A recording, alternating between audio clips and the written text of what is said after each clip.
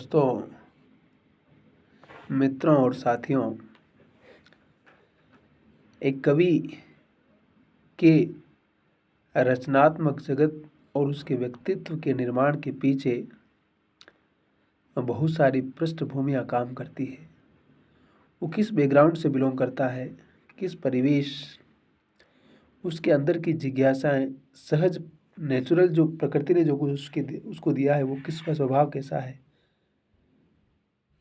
उसका परवरिश कैसे होता है, वो जीवन को देखना जहाँ से शुरू करता है, उसके सारे अनुभव कैसे उसकी रचनात्मकता में आते हैं, उसका बिंब विधान, उसका प्रतीक विधान और मूल्यबोध और जीवन के मर्म को समझने का उसका दृष्टिकोण, वो सभी मिलाकर के कवि के व्यक्तित्व का निर्माण करते हैं।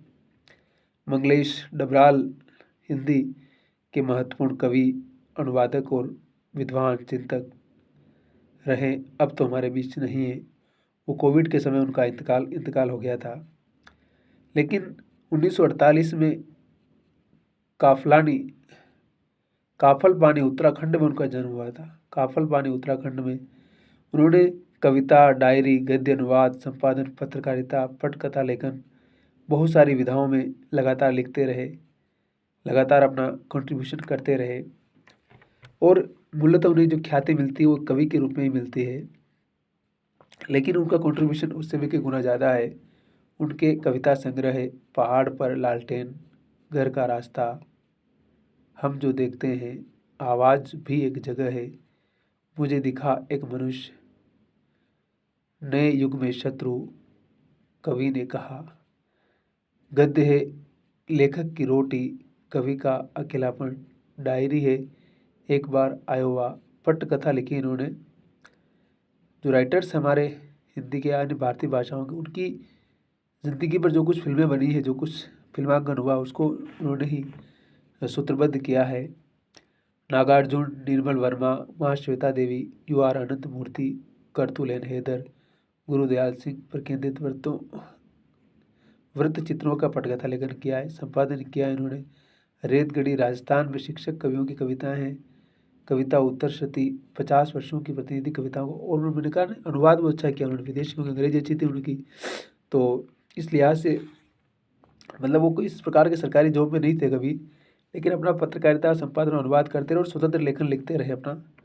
तो उन्होंने ब्रटोल बेख्त, हांस मांगुन, एजेंबर्ग जर्मन, यानिस डिसोसा यूनानी, जंगबिन बेहबर्त, रुजेविच, पाब्लो नेरुदा, एर्नेस्तो कालेंदान, डोरा गाबे पेंचेवा आदि की कविताओं का हिंदी में अनुवाद किया। जर्मन उपन्यासकार हेरमन हेसे के उपन्यास सिद्धार्थ और बांग्ला कवि नवारुण भट्टाचार्य की कविता संग्रह ये मृत्यु उपत्यका नहीं है मेरा देश है के सह अनुवादक रहे हैं। इन्हें बहुत सारे पुरस्कार मिले हैं। ओम प्रकाश स्मृति सम्मान, श्रीकांत वर्मा, शमशेर, पहल, कुमार विकल, हिंदी अकादमी का साहित्यकार पुरस्कार मिला है। और मंगलेश डबराल को ज़रूर पढ़ा जाना चाहिए।